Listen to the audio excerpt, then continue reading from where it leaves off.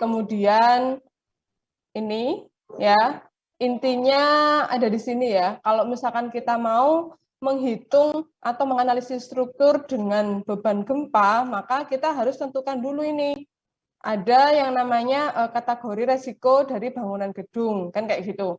Kemarin kan kategori resikonya masuk di kategori 1, 2, atau 3.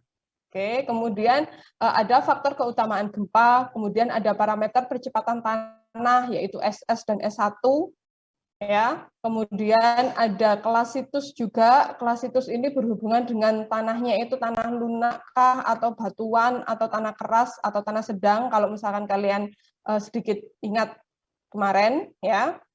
Kemudian ada juga faktor koefisien situs FA dan FV. Kemudian ada SDS, SD1 sampai dengan ke ini parameter strukturnya dari nilai R, CD, dan juga omega 0-nya seperti ini. Ya. Kemudian, ini kalian ingat-ingat lagi, nah, ini yang kalian masukkan di teori untuk bab satunya. Jadi mulai dari kalian bahas kategori resiko struktur bangunan itu ada apa saja. Yang tentunya tabel ini kalian langsung dari SNI 1726 tahun 2019. Ya, jadi kalian sudah bisa mulai menuliskan di bab 1 kalian tentang beban gempanya, ya. Kalian urut aja yang dibutuhkan itu apa saja. Jadi itu yang kalian bisa tuliskan di bab 1 kalian masing-masing. Bisa dipahami nggak? Tuh. Oke. Nah, kalau kalian ingat juga ya ini kemudian ada IE atau faktor keutamaan gempa. Nah, kalau kategori risiko gedung kalian itu masih di 1 ataupun 2, berarti nilai dari IE-nya adalah 1 seperti ini. Ya, ini nanti kan ada urut-urutannya. Jadi kita harus tahu dulu kategori risikonya, baru kita bisa dapat IE, baru nanti ke parameter ini SS dan juga S1-nya. Gitu ya. Kalau kalian ingat kemarin, kalau yang ada S-nya itu kan short-nya, jadi di periode pendeknya. Kalau yang ada satunya itu kan berarti di periode 1 detik gitu ya. Nilai SS, S1 dapatnya dari mana? Pastinya kita akan dapat itu dari ini, dari peta yang ada di SNI 2019, 1726, 2019.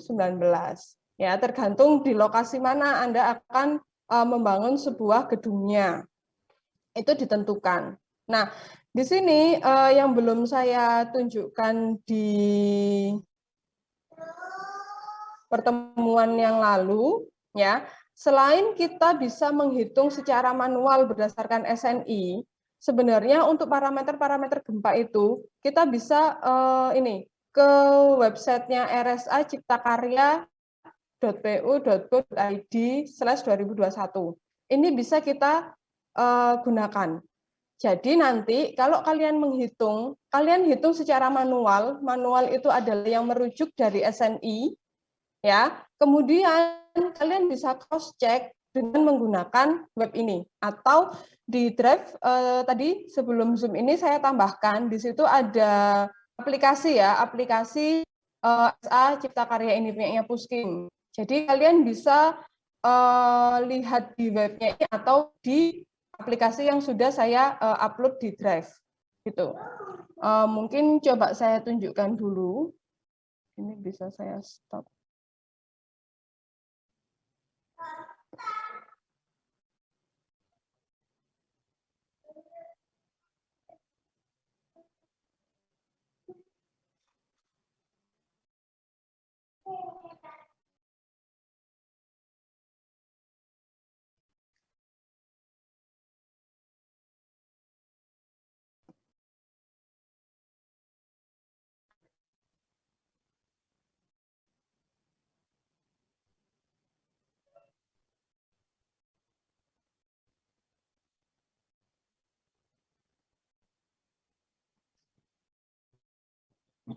Bentar.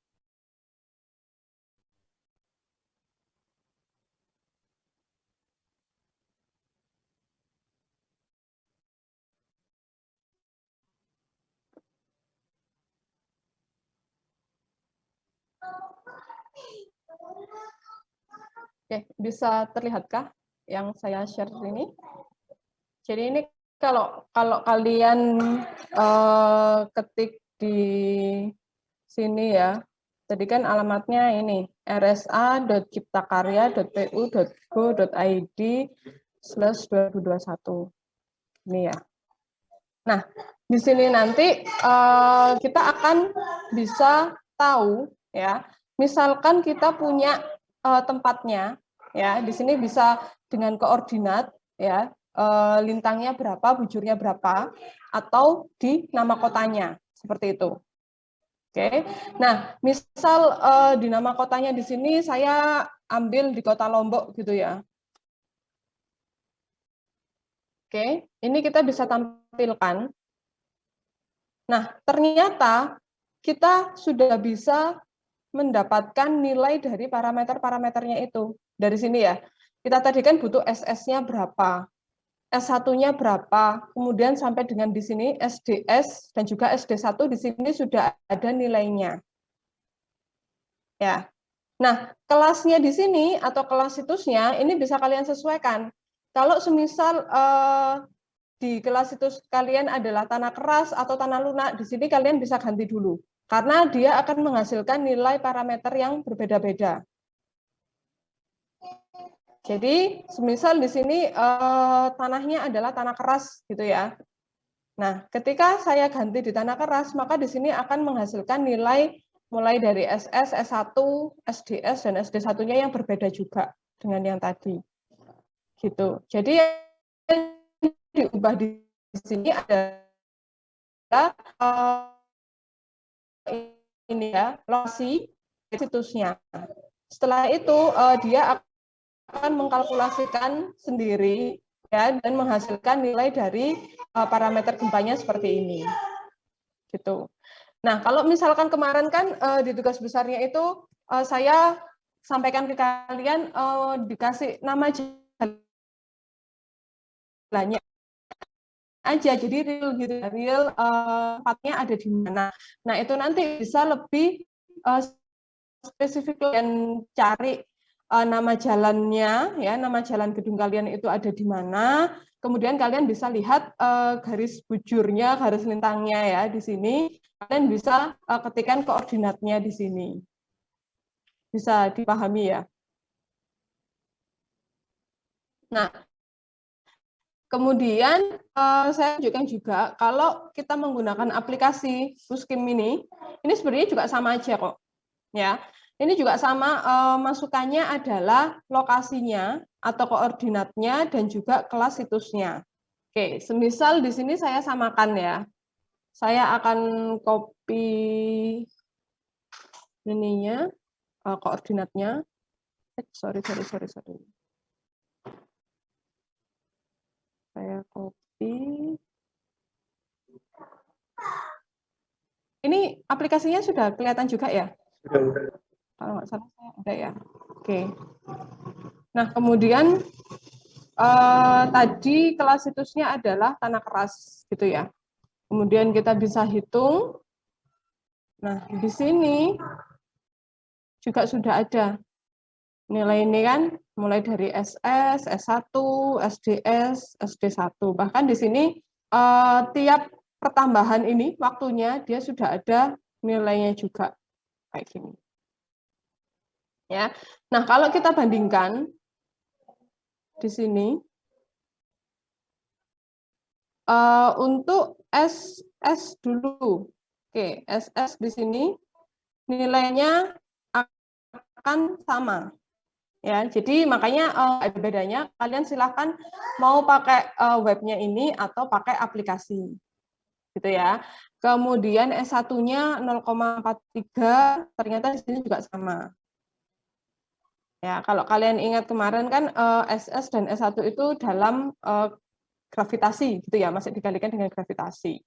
Kemudian nilai SDS-nya, kalau di webnya ini kan 0,85, kalau di aplikasi 849 sekian, nah itu kan pembulatannya. Jadi nilainya pasti akan sama jika kita memasukkan koordinat atau kotanya itu sama juga. Nah harapannya nanti ketika kalian menggunakan ini ya, menggunakan di web atau di aplikasi, dengan kalian menghitung manual ya, menghitung yang berdasarkan SNI tadi, kalian lihat di apa namanya, di peta gempanya seperti itu ya, untuk menentukan SS dan S1, kan kalian bisa kira-kira, misalkan kalian mau pakai nilai di sini aja, kan di sana kan kisaran ya, misalkan 0,5 sampai 1 gitu kan. Kalian bingung nih menentukan saya pakai 0,7 apa mau pakai 0,8. Nggak apa-apa, kalian buat dulu aja di sini di aplikasinya. Kalian bisa ambil nilai SS dan S1-nya. Kemudian untuk yang lainnya itu kan sudah ada berupa rumus-rumus kayak gitu ya. Semisal nah, seperti ini saya tampilkan yang di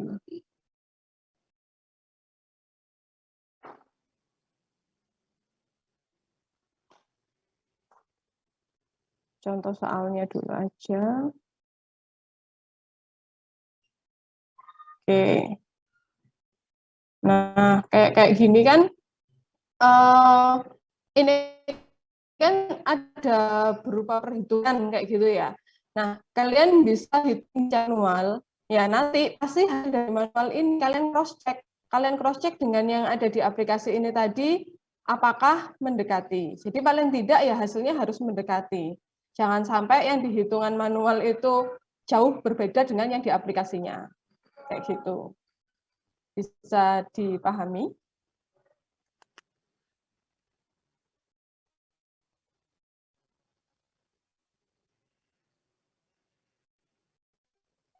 Bisa diikuti kah? Jadi gambarannya nanti itu seperti itu. Ini yang di contoh soalnya ini kan sebenarnya mirip ya dengan soal kalian. Jadi dia sudah ditentukan lokasinya, kemudian sudah ditentukan kelas situsnya, ya, fungsi bangunannya juga sudah ada seperti itu. Nah, jadi kalian bisa mulai mencari. Nah, karena fungsinya ini adalah sebagai apartemen, maka kita akan bisa mengklasifikasikan bahwa kategori resiko strukturnya ini adalah di kategori resiko kedua, gitu ya. Nah, ini lihatnya dari mana? Lihatnya adalah di tabel seperti ini. Nah, di sini kan biar gampang untuk mengingatnya, ya, tercantum ya. Gedung apartemen atau rumah susun, oh berarti masuk di kategori resiko kedua. Kemudian setelah kita tahu kategori resikonya, baru kita akan bisa mendapatkan faktor keutamaan gempanya atau IE-nya. Oke, ada di mana? Ada di tabel 4. Jadi kita urut aja, gitu. Ternyata untuk kategori resiko 2, kita bisa mendapatkan nilai IE-nya adalah 1. Kemudian untuk kelas situsnya, karena sudah diketahui di soal tanah sedang, berarti dia termasuk SD. Gitu. Oke, dari situ kita bisa tentukan nilai SS dan S1. Nah, di sini yang saya bilang tadi, kalau di SNI itu kan nilainya itu perkiraan, ya. Jadi ada nilai kisaran. Ternyata di daerah Jogja, ya, yang gambarnya seperti ini, dia menunjukkan letak dari lokasinya itu di yang warna coklat kayak gini. Berarti kita lihat nilainya di coklat yang muda. Nah, ini kan kita harus tahu, oh kita ambilnya yang di sini. Maka dipilihnya SS-nya adalah 1,107. Nah, ini yang maksud saya tadi. Misal kalian bisa cek dulu di aplikasinya, kalian bisa ambil nilai SS dan S1-nya yang mendekati di gitu. Oke.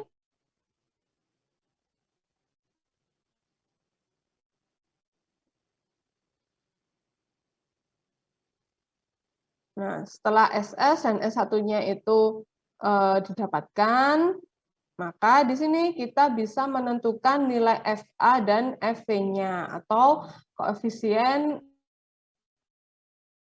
situs di periode pendek 0,2 detik dan juga di periode 1 detik. Ya, kita lihatnya dari mana? Untuk menentukan FA, kita bisa lihat di tabel 6. Dia berdasarkan apa? Ternyata dia berdasarkan kelas situs dan juga nilai dari SS-nya.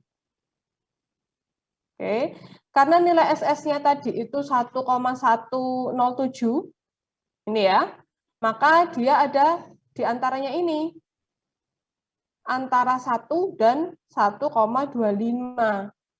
Jadi nilai FA-nya nanti antara 1,1 dengan 1,0. Ini kalian sebenarnya bisa interpolasi ya, atau misalkan dikira-kira juga silahkan. Nah, di sini didapatkan nilai FA-nya adalah 1,06. Oke, karena kan dia semakin kecil ya, dengan nilai SS yang bertambah, nilai FA-nya dia akan semakin kecil dari 1,1 ini.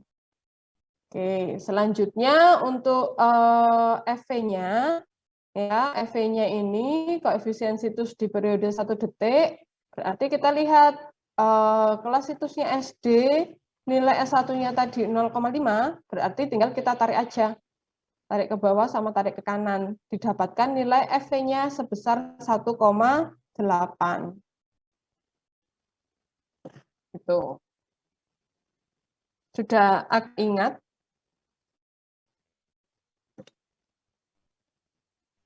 Ingat nggak?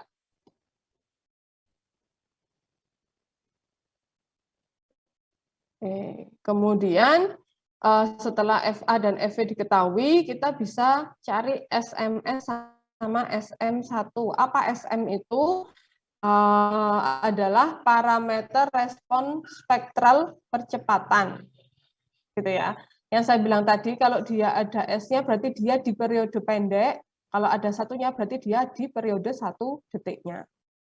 Nah, nilai SMS didapatkan dari FA dikalikan dengan SS. Ini bisa kita hitung. Dapatnya sekian. Begitu juga untuk SM1. Dari FV dikalikan S1-nya. Berarti kita bisa dapat nilai SM1 adalah 0,9 kalau di sini. Nah, baru dari situ kita bisa tentukan SDS dan SD1. Parameter percepatan spektral desainnya. Ya. Jadi ini untuk desainnya yang SD ini. Oke, nilainya berapa? Nilainya adalah kalau SDS ya 2/3-nya dari SMS. Kalau SD1 ya 2/3-nya dari SM1. Nah, nanti nilai yang kalian hitung ini, inilah yang kalian cross-check dengan aplikasi tadi. Apakah nilainya sudah hampir sama? Gitu. Kalau hampir sama berarti hitungan kita sudah benar. Kayak gitu ya. Asalkan di aplikasinya juga kalian memasukkan lokasinya, kemudian parameter-parameter lainnya di input yang di awal itu juga harus benar juga. Gitu. Ya.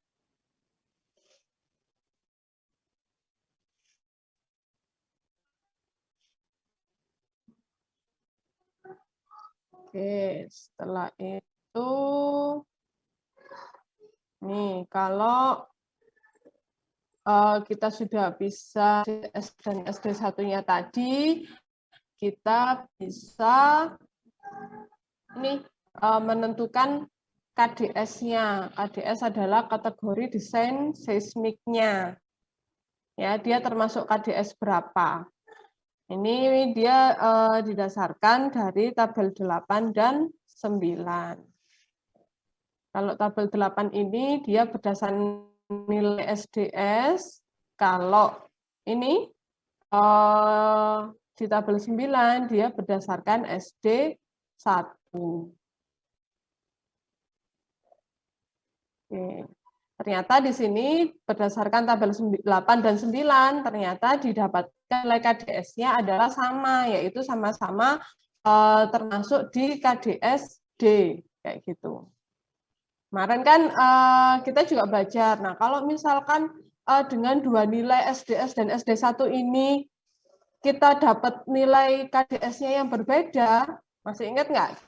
Kira-kira yang satunya ini mungkin yang dari tabel 8 kita dapat KDS-nya itu C. ternyata yang di tabel 9 kita dapatnya KDS-nya itu D. Nah, mana yang kita ambil? Masih ingat nggak? Kalau dari yang tabel 8 kita dapat C, gitu ya. Kalau yang di tabel 9 kita dapatnya D. Kira-kira mana yang mau kita ambil? Apakah yang C? Apa yang D?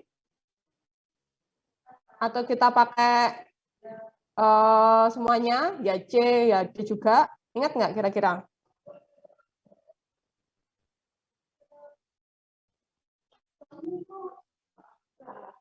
Yang mana? Yang D ya. Yang mana? Siapa ini? Mbak Hemia? Yang D. Oke. Yakin? Yang D, bukan yang C? Kenapa yang D, Mbak?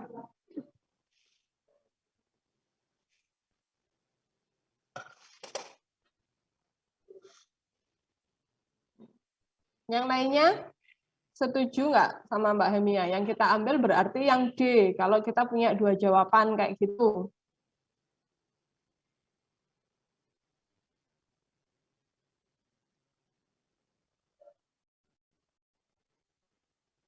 Setuju semua, Kak?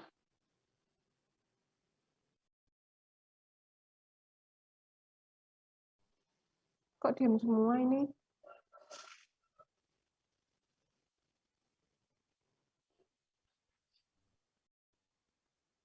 Iya, gimana? Masih lupa kah?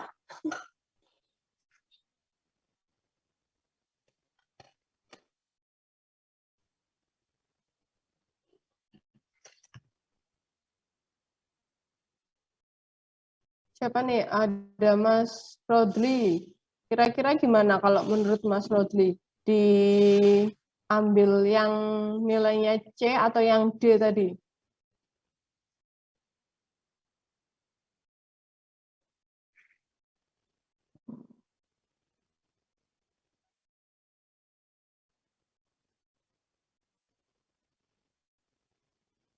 Mas Rodli, bisa dengar suara saya? Iya, Bu.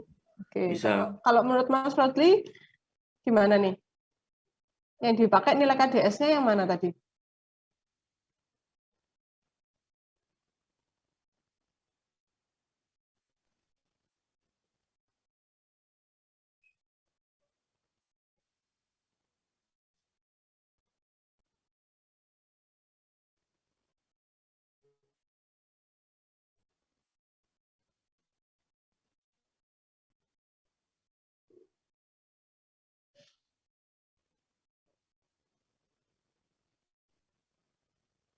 Atau mungkin ada Mas Rafli?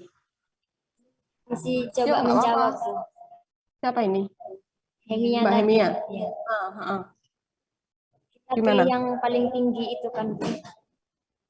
Oke, berarti yang dipilih yang D tadi ya, tetap yang D ya, udah yakin ya? Yang lebih tinggi yang C berarti. Oh, maksudnya yang lebih tinggi itu yang C. Ya?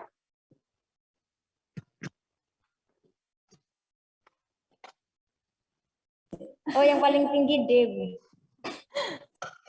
Oke, kalau kayak nilai gitu ya, antara C sama D memang nilai yang paling tinggi C gitu ya. Ya, tadi kan statementnya kalau misalkan kayak nilai mata kuliah kalian kayak gitu loh, antara C sama D itu kan yang paling tinggi C gitu ya, lebih tinggi C, yang paling tinggi A kayak gitu. Tapi kalau di sini ya untuk di KDS ya kita sesuaikan dengan kayak urutan abjad kayak gitu. Jadi kategori apa namanya kata KDS kategori desain seismik ya kan mulai dari A, B, C dan D. Ya, berarti semakin sesuai dengan abjadnya ya A, B, C, D, yaitu dia akan semakin tinggi. Jadi mulai dari A yang paling rendah, kemudian B, C sampai dengan D. D itu yang paling tinggi, gitu ya. Tadi benar statementnya kita ambil nilai yang paling tinggi. Ya, berarti kalau antara KDSC dan KDSD, berarti yang paling tinggi kita ambil yaitu KDS-nya D. Gitu ya. Sampai sini bisa dipahami?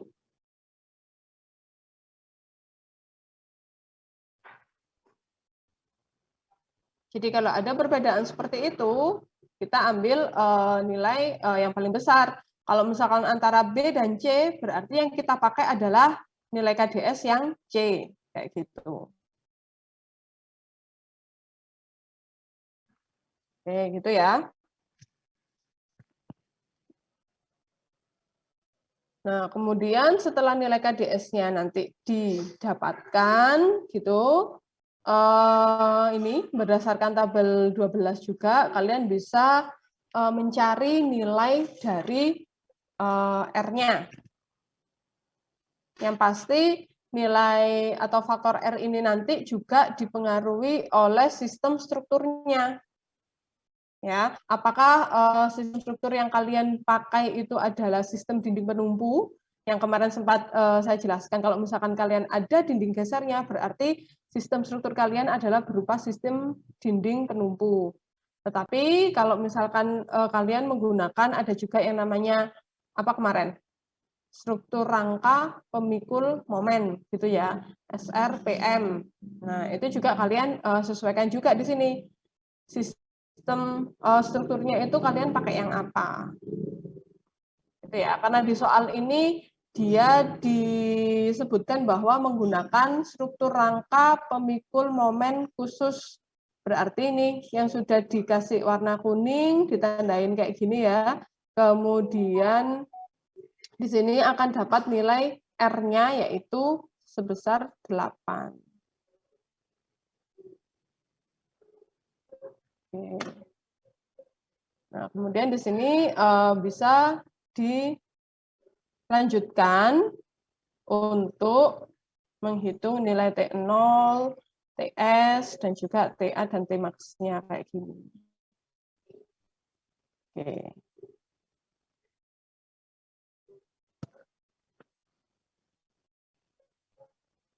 Jadi nanti maksud saya kalian juga tentukan parameter-parameternya ini secara manual seperti ini ya. Jadi kalian bisa tunjukkan dia berdasarkan tabel-tabel ini nilai kalian itu berapa aja. Sekaligus kalian cross check juga dengan menggunakan aplikasinya itu tadi. Bisakah dimengerti?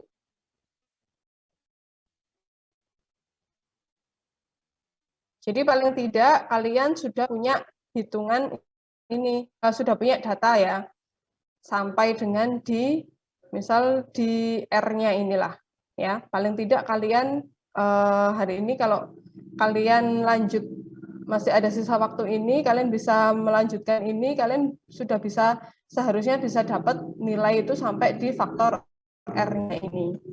Karena menurut saya itu kalian sudah punya data awal ya. Jadinya tinggal ngikuti step-nya ini aja, kalau menurut saya mudah gitu.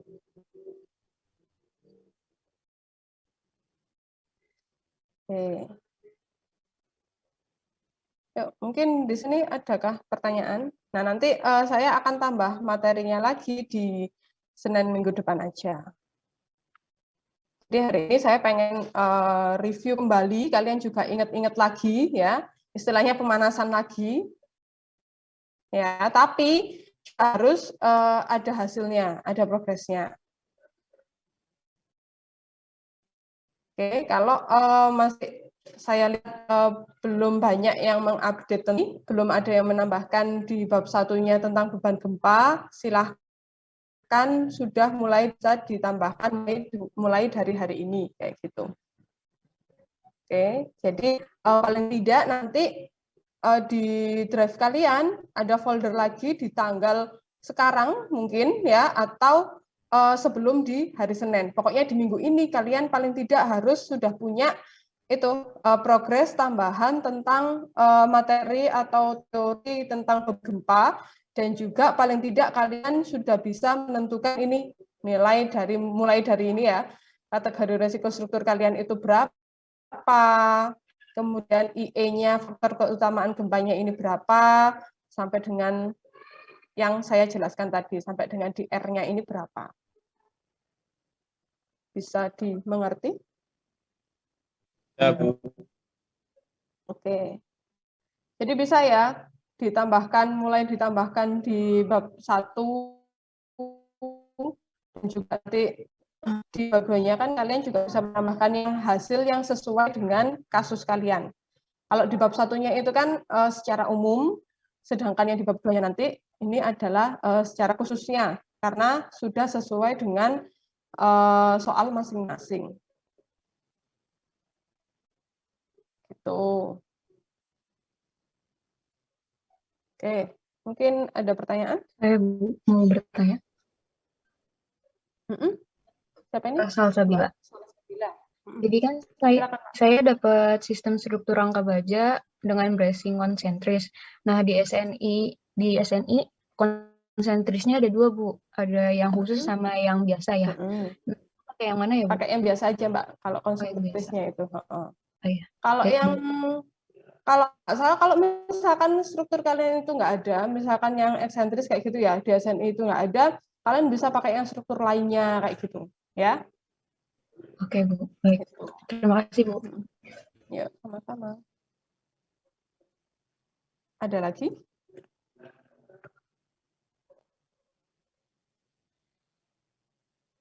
Jadi nanti beneran dicicil mulai masukkan di laporan kalian ya tentang beban gempanya ini.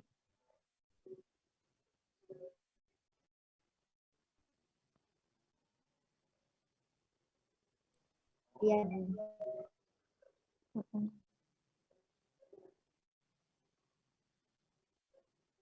Nah, ini berarti kalau misalkan sudah mulai banyak yang kampus ya bisa itu ya, bisa ketemu di kampus juga. Bisa.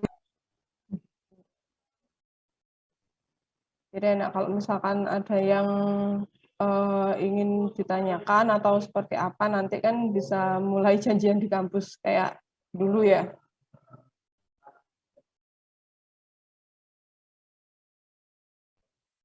Oke, ini kalian sudah mulai cari objek PKL juga ya? Ya, Bu. Memang sudah mulai sekarang kah?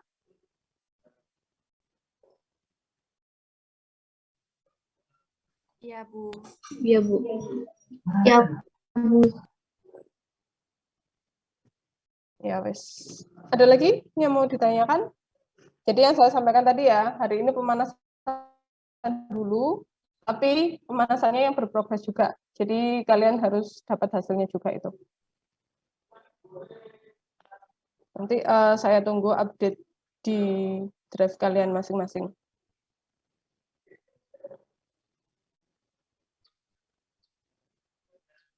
Oke, mungkin bisa dibagi tugas gitu ya, dibagi. Misalkan ada yang mulai dari yang pertama sampai mana, kayak gitu ya, sampai di FA-nya.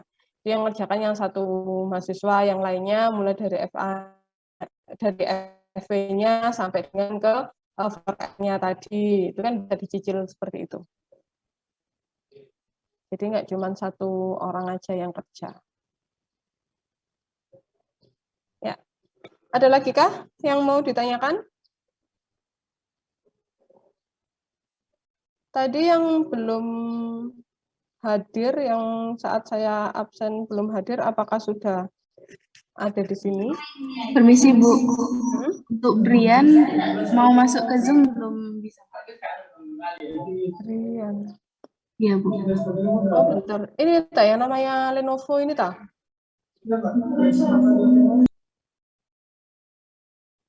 Kurang tahu, Bu. Saya Siapa ini? Muhammad Ahnaf. absen Oke, putus-putus ya suaranya. Mas Ahnaf nggak di kampus juga? Muhammad Ahnaf. Dikarenakan Oke. Suaranya mungkin Mbak Novia bisa bantu saya. Mas Ahnaf sama Mas Brian ini join sama temennya juga nggak? Maksudnya join di kampus atau kayak gimana? Enggak, Bu. Beda, Bu. Oh gitu. Berarti nanti yang sekelompok sama Mas Brian sama Mas Ahnaf bisa bisa dikomunikasikan apa yang sudah kita diskusikan di Zoom ini ya. ya, Bu. Oke.